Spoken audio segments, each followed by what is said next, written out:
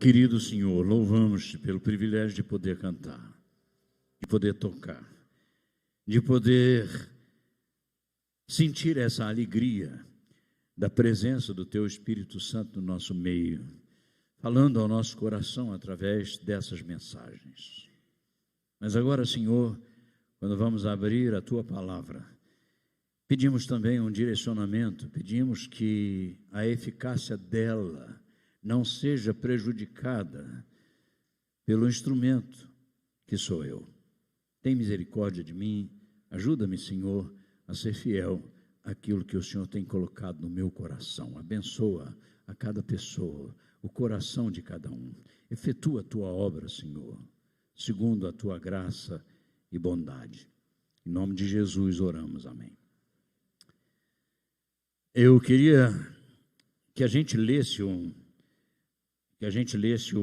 texto que é muito interessante, mas antes de ler esse texto, eu preciso contar uma história para vocês. Acho que as histórias ficam gravadas no coração com facilidade. Eu estava dormindo, eu era um garoto ainda, bem garoto, e eu escutei batidas na porta do meu quarto, e quando eu abri, era o papai. O papai estava apavorado, e eu fiquei mais ainda, e ele disse: filho, por favor, pega a magrela, minha bicicleta, o papai se atrasou e eu não posso perder o trem. E então eu corri lá nos fundos ainda, do jeito que eu estava, nem lavei rosto, nem nada, e peguei a minha bicicleta, botei o papai ali no porta-embrulho da bicicleta e levei-o falando o mais rápido que eu podia. Quando nós chegamos lá, o trem ainda estava parado e papai correu, comprou o seu bilhete, passou naquela roleta de ferro e ele foi e sumiu atrás do trem. Agora eu fora da estação, não podia vê-lo mais.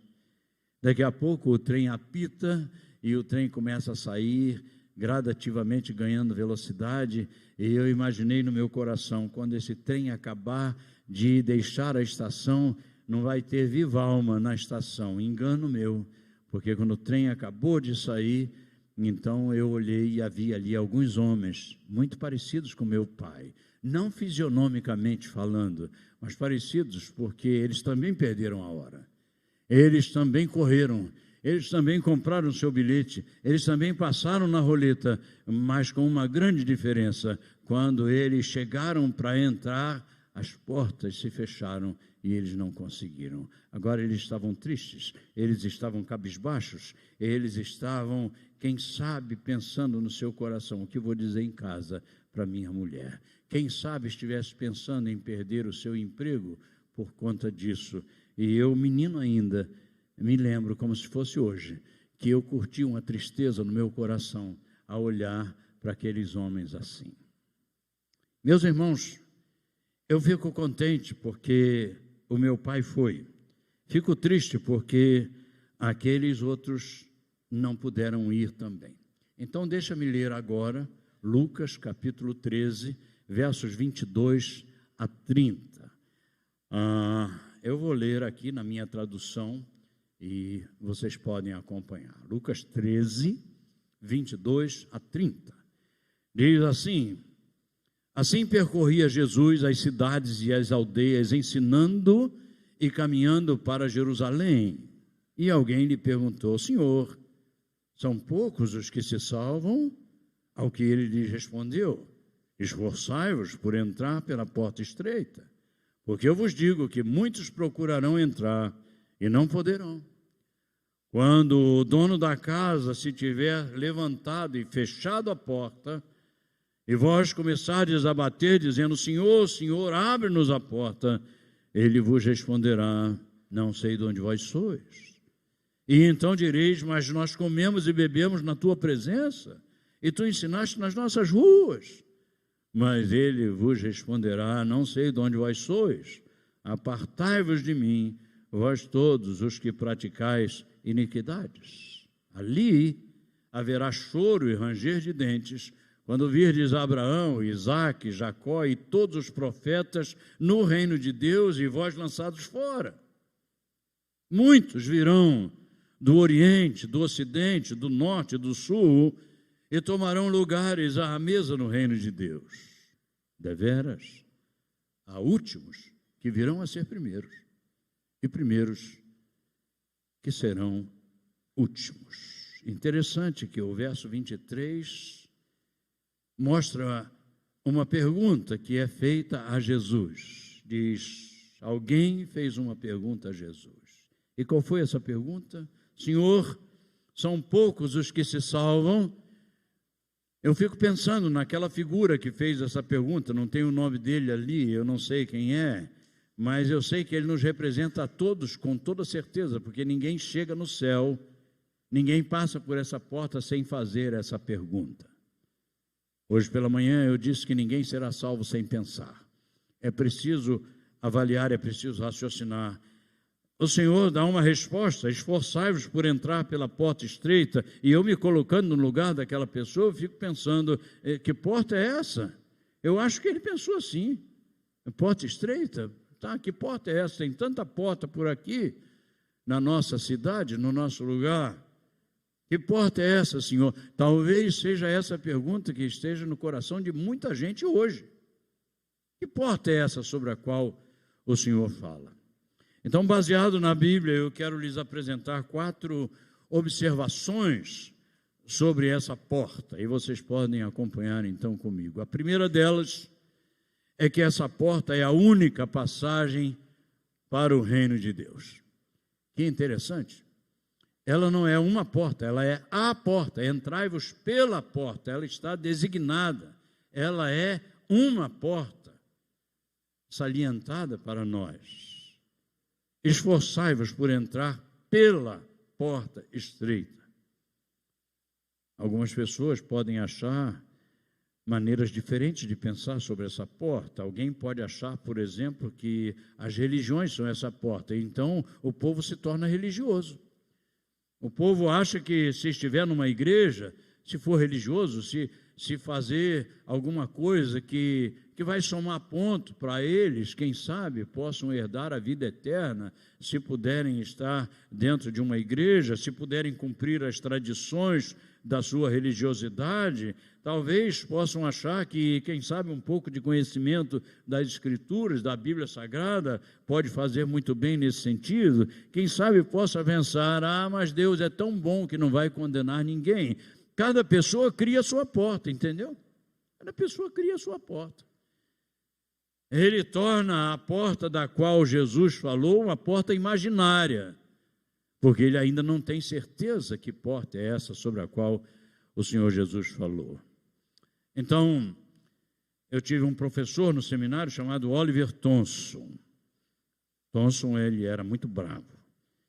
E quando alguém dizia alguma coisa assim no sentido de justificar erro por causa da bondade de Deus, ele dizia, cuidado, porque a Bíblia diz que a gente precisa considerar a bondade e a severidade de Deus. Lembra disso, bem?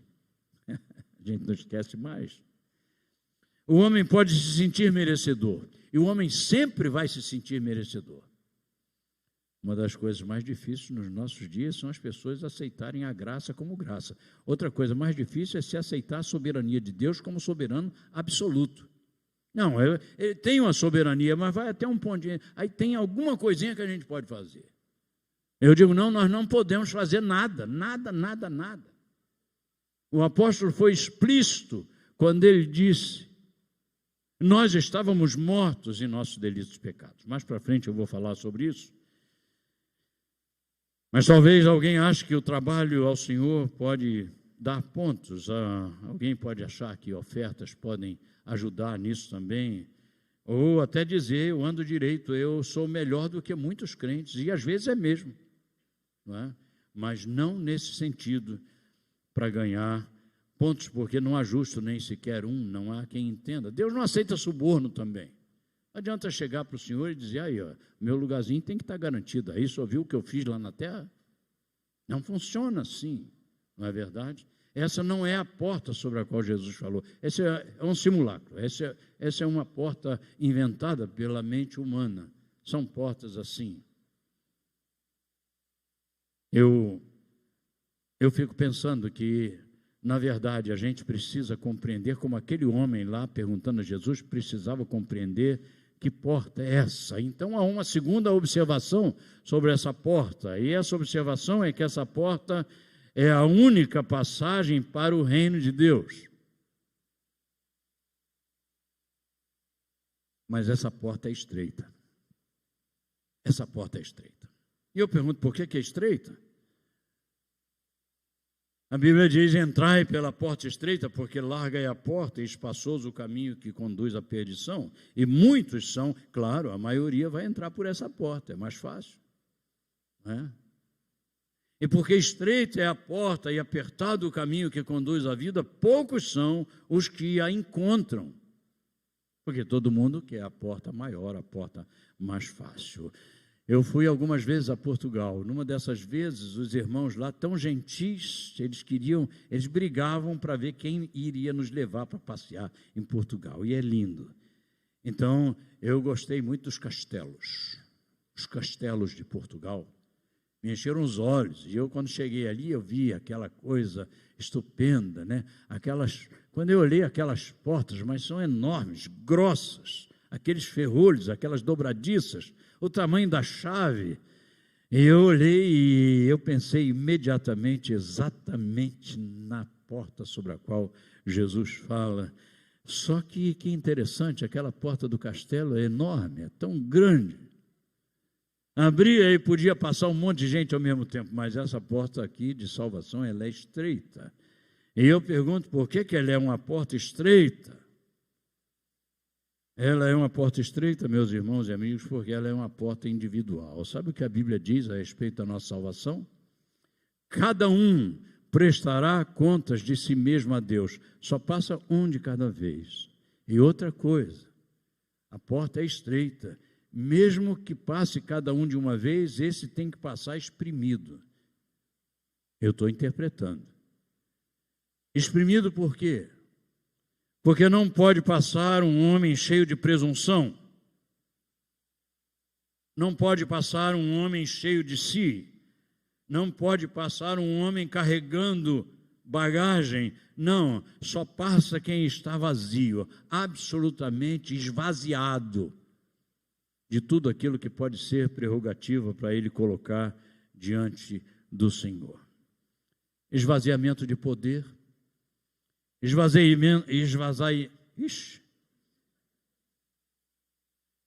As pessoas podem estar querendo se esvaziar de muitas coisas, ou melhor, não querendo se esvaziar, mas precisarão se esvaziar dessas coisas, e até de trabalhos religiosos. Incrível, até de trabalhos religiosos. Porque muitas pessoas acham que serão salvos porque servem à igreja.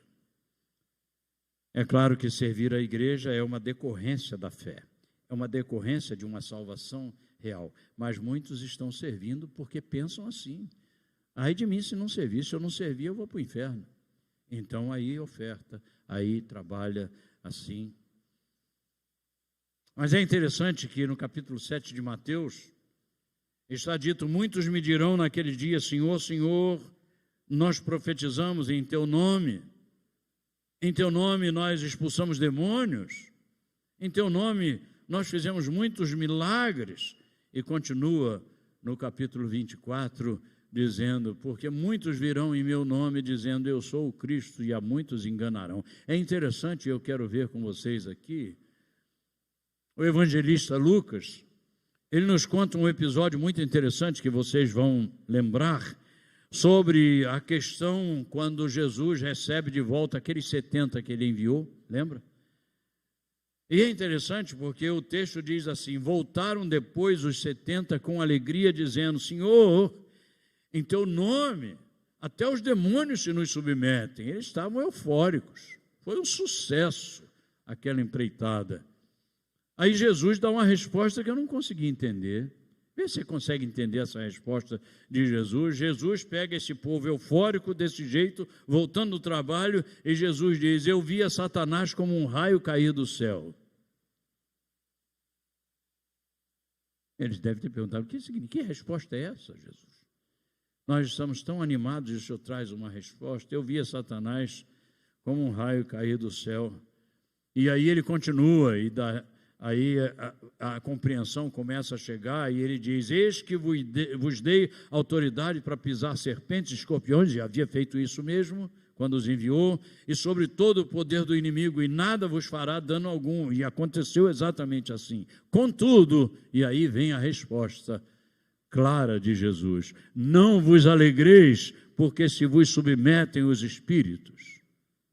Alegrai-vos antes, por estarem os vossos nomes escritos nos céus. Sabe o que isso significa para mim? Significa que alguém pode estar fazendo até o uso dos dons que Deus pode dar, porque falcatruas existem em todos os lugares. Podem estar falando em nome de Jesus, podem estar fazendo muitas coisas, mas o X da questão é o seguinte: o seu nome está escrito no livro da vida do Cordeiro. Vocês deviam se alegrar com isso e não necessariamente com as obras que vocês fizeram. Mas vemos uma terceira observação sobre a porta, é que essa porta um dia será fechada. Por isso que eu usei o exemplo do papai, chegando ali diante do trem. Essa porta será fechada pelo menos de um de dois modos: ou no dia da morte, porque alguém pode viver tranquilo sem Cristo na vida, mas não estará seguro sem Cristo na morte, com certeza, com certeza. Vocês estavam mortos em suas transgressões e pecados, nos lembra o apóstolo, nos quais costumavam viver quando seguiam a presente ordem desse mundo e o príncipe do poder do ar, o espírito que agora atua nos filhos da desobediência. Anteriormente, todos nós também vivíamos entre eles, satisfazendo as vontades da nossa carne, seguindo os seus desejos e pensamentos, como os outros. Éramos, por natureza, merecedores da ira. O apóstolo nos diz a respeito disso. Meus irmãos, precisamos compreender uma coisa. Eu viajei dirigindo esse ônibus do grupo por muitos lugares no nosso Brasil durante anos e anos. E uma vez passando na Bahia, quase que atropelei um jegue, porque ele vinha correndo dentro do mato e o ônibus eu vinha uns 80, e ele desce de repente assim. Aí foi uma coisa, eu tentando puxar o ônibus para cá e ele tentando puxar a curva dele para lá, e foi assim, quase pegou, mas graças a Deus não aconteceu nada. Mas aí eu comecei a pensar no jegue, e eu falei: já pensou se eu vou naquele calor das estradas ali na Bahia? E já pensou se eu encontro, agora eu estou imaginando, isso não aconteceu, estou imaginando que eu veja ali naquele acostamento quentíssimo um jegue morto já há bastante tempo, e ele já está duro, e ele está rindo. E eu olho para ele e eu digo assim: caramba, que coisa, né? Num calor desse, o bicho todo ressecado aqui, ainda está rindo. Como é que pode um negócio desse? Eu vou tentar quebrar o galho dele. E então eu vou numa igreja próxima ali e eu pego um pouco d'água. Eu trago um pouco d'água e eu digo: está aqui, meu amigo, toma um pouco dessa água. E eu sei que você está rindo, mas tem coisa melhor do que isso. Bebe um pouco dessa água. E a água bate na cara dele, escorre, vai e resseca. E ele não bebeu coisa nenhuma. E eu digo: talvez seja fome, o estômago ressecado. Eu fui ali na frente, peguei um pouco de capim, cheguei, passei o capim no focinho dele, e ele ficou só rindo e não comeu nada do capim. E se eu perguntasse a uma criança aqui nessa noite por que esse jegue não bebeu e não comeu, eu sei que uma criança responderia: porque ele está morto, pastor. É claro que sim. Como é que um morto vai reagir a um apelo de Deus, hein? Como é que um morto vai fazer qualquer coisa? A porta se fecha quando a morte chega, sabia? É por isso que muita gente entra em agonia quando perde alguém que não é de Cristo, porque a esperança foi-se. Não é verdade? Eu sinto muito, mas é a verdade da palavra do Senhor. Quando a morte chega, não adianta. A morte encerra as chances do raciocínio, do ouvir, do crer, da decisão que é preciso ser tomada. Então não adianta orar por mortos. Não adianta orar por mortos. Não acontece nada depois da morte. Depois da morte vem o juízo. E mais nada do que isso. Então, no jogo da vida não há prorrogação. Não tem prorrogação. Chegou, deu a hora, deu a hora. Eu fico pensando, tinha tanta gente com tanto medo da Covid, mas era um negócio, eu ficava bobo de ver assim, as pessoas, às vezes, aquela agonia se trancando, então eu não posso, eu tenho que botar isso, eu tenho que fazer daquele jeito assim, e crente em Cristo Jesus, eu ficava pensando, mas que agonia é essa? Os nossos dias estão escritos e determinados, só o Senhor sabe a soma deles. Cara, se eu não tiver que ir agora, eu não vou agora, eu não posso acrescentar um côvado à minha estatura. O Senhor sabe quantos cabelos eu tenho na cabeça, mesmo eu sendo careca. Por que eu vou temer? Não, pastor, mas você tem que tomar cuidado. Sim, é claro, eu não vou sair daqui, não vou continuar andando sabendo que tem esse degrau aqui. Mas mesmo que eu não tome esse cuidado, se não chegar a minha hora, um anjo dali vai correr e vai me pegar no alto ainda. Porque a nossa vida está nas mãos do Senhor. Sabe qual é a pior agonia do inferno? É a impossibilidade de mudar. Enquanto estamos aqui, a gente tem possibilidade de raciocinar e dizer, olha, eu aceito isso que você está falando, ou então dizer, não, eu não aceito. Aqui você tem que continuar. Aí na frente ali, uma outra pessoa fala, e você raciocina de novo e diz, tem razão. Eu quero me entregar a Cristo Jesus, mas depois que a morte chegou, não tem mais possibilidade. Ao homem está ordenado morrer uma só vez, e depois disso vem o juízo. Portanto, vigiai, porque não sabeis a que hora há de vir o Senhor. Eu vou passar adiante para ganhar mais tempo, porque tem uma quarta observação sobre essa porta. É que essa porta ainda está aberta. A mensagem do Evangelho é sempre altruísta. A mensagem do Evangelho ela é sempre boa, ela é agradável, ela promete aquilo que é bom. É por isso que essa porta ainda está aberta. Como é que o senhor sabe, pastor, que essa porta ainda está aberta? Olha, está aberta porque eu estou aqui, ué. Está aberta porque eu estou aqui pregando. Essa é uma razão óbvia. Clara, está aberta porque as igrejas estão abertas, anunciando o Evangelho de Cristo Jesus. Está aberta porque há países onde pessoas estão sendo decapitadas, onde pessoas continuam sendo martirizadas por causa do Evangelho, porque é o Evangelho que é o poder de Deus para a salvação de pessoas.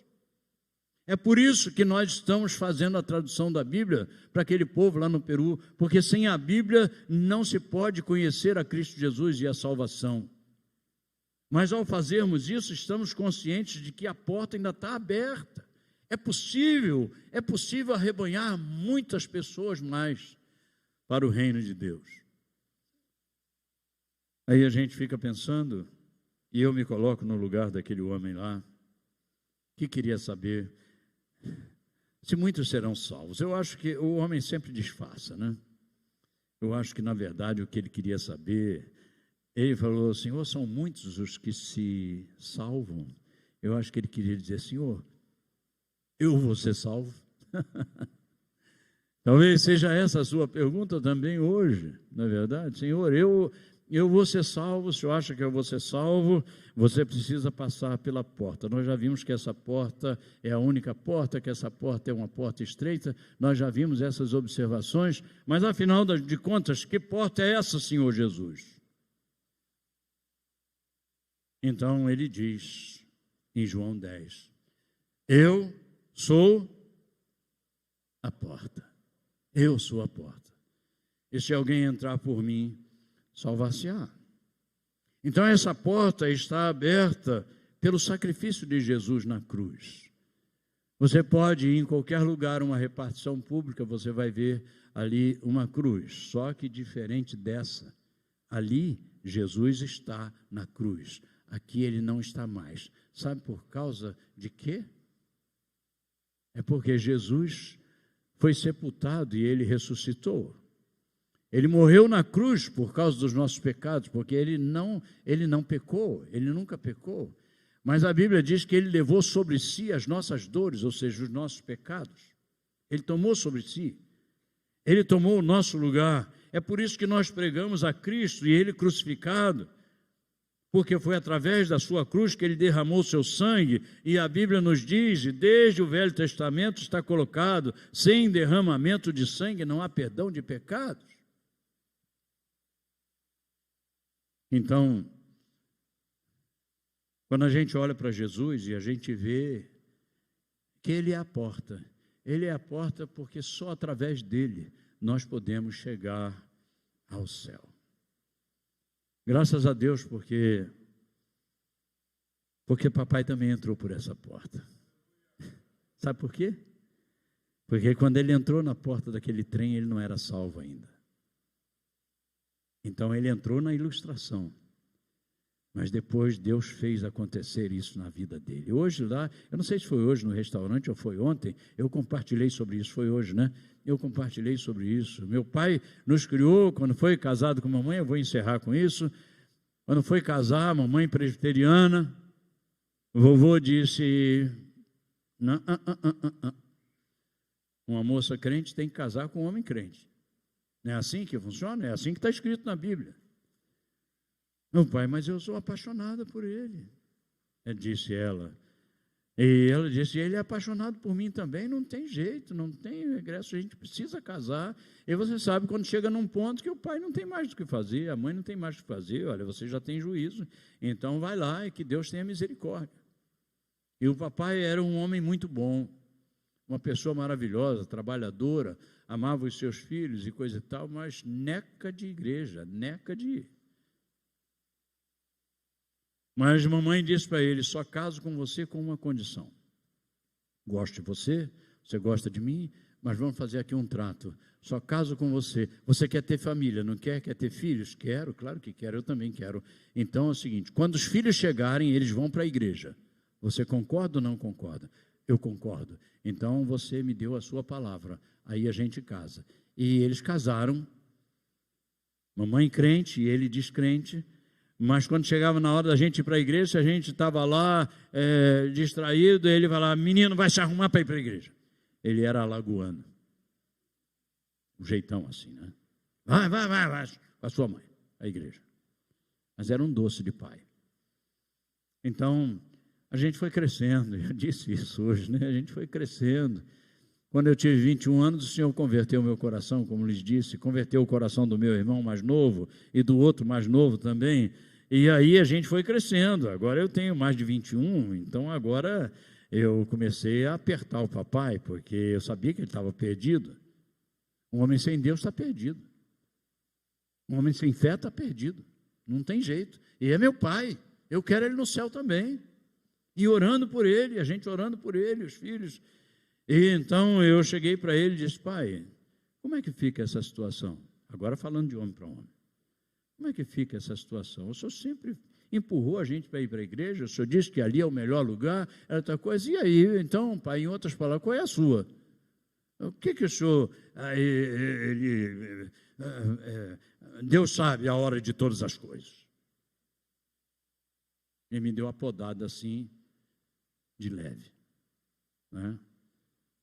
Mas aí eu estava no acampamento, agora servindo lá no acampamento, e eu falei para o diretor, por favor, tem misericórdia, eu sei que aqui todo mundo que trabalha é salvo em Cristo Jesus, tal, mas eu queria que meu pai viesse aqui, ele precisa vir aqui, eu tenho certeza que se ele vier aqui, o Senhor vai converter o coração dele. Era um acampamento de jovens, com muito custo ele permitiu. Papai foi trabalhar, sabe onde? No frigorífico. Eu tinha pensado, eu acho que ele vai entrar numa fria. Mas não foi bem isso que aconteceu, não, porque na primeira semana do acampamento de jovens, o Senhor converteu o coração dele. Então agora ele passou pela porta estreita. Lá na frente foi só a ilustração. Mas hoje ele está na glória. E eu espero, eu tenho muita saudade dele. Foi ontem ou antes de ontem mesmo, que eu estava com tanta saudade. Aí eu liguei para o meu filho e disse, meu filho, eu estou com tanta saudade do meu pai. Mas um dia a gente vai se encontrar. A gente vai ver Abraão, a gente vai ver coisa. Então, eu pessoalmente creio que nós vamos, não é, nos conhecer lá no céu. Então, deixa-me concluir.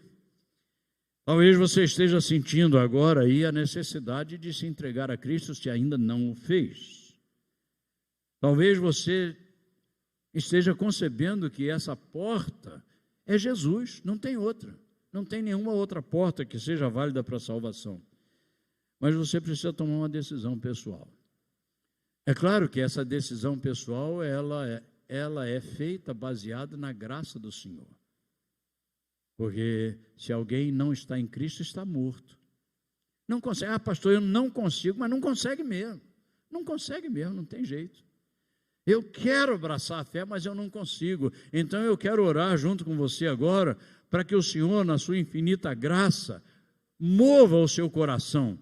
Aquele milagre que Ele fez, inclusive como ilustração, creio eu, para esse momento, foi lá com o boneco Adão. Lembra do boneco Adão? O Senhor fez uma imagem à sua semelhança, e o boneco que estava lá era Adão, e não era Adão. Era Adão, mas não era Adão. Por quê? Porque ela é só um boneco de barro. Mas aí aconteceu uma coisa maravilhosa. O que foi? O Senhor soprou nas suas narinas e ele passou a ser alma vivente. Oh, aleluia! Glória a Deus. Aquilo foi uma ilustração do que acontece com a gente hoje. Que coisa boa, né? Quando a gente olha para o Velho Testamento e vê como uma figura dos nossos dias. Baixe sua cabeça onde você estiver. Quero conduzi-lo a pensar sobre isso numa decisão. Eu não faço apelo para que pessoas se levantem do seu lugar e venham à frente. Eu não faço apelo para que pessoas venham se ajoelhar. Eu não faço esse tipo de apelo. Eu sei que a palavra de Deus é viva e eficaz. E eu sei que é o Espírito que faz essa obra. De modo que, do mesmo jeito que eu estava no hospital e ali não tinha pregador, ali tinha a palavra. Você está ouvindo a palavra. Se hoje Deus está tocando o seu coração para se entregar a Cristo Jesus, para passar por essa porta que é Jesus, então você precisa tomar essa decisão aí. Peça no seu coração agora mesmo. Deus tem misericórdia de mim. Fala aí no seu coração, não precisa falar em voz alta não. Deus, essa mensagem é para mim. Tem misericórdia de mim, Senhor. Abre os meus olhos, abre o meu coração. O Senhor sabe que eu não consigo, já até tentei, mas eu não consigo. Sopra em mim o teu fôlego, Senhor. Você está dizendo isso? É uma oração pessoal. Diga, Senhor, eu hoje quero entregar a minha vida ao Senhor. Eu quero isso. Talvez você esteja pensando, a minha família já segue ao Senhor e eu estou fora. Diga, Senhor, tem misericórdia de mim. Pai, só o Senhor pode operar um novo nascimento. Então, Pai, nós te pedimos, em nome de Jesus, faz isso para a honra e glória do teu nome, na vida de quem o Senhor deseja aqui nessa noite. Nós te pedimos, em nome de Jesus. Amém.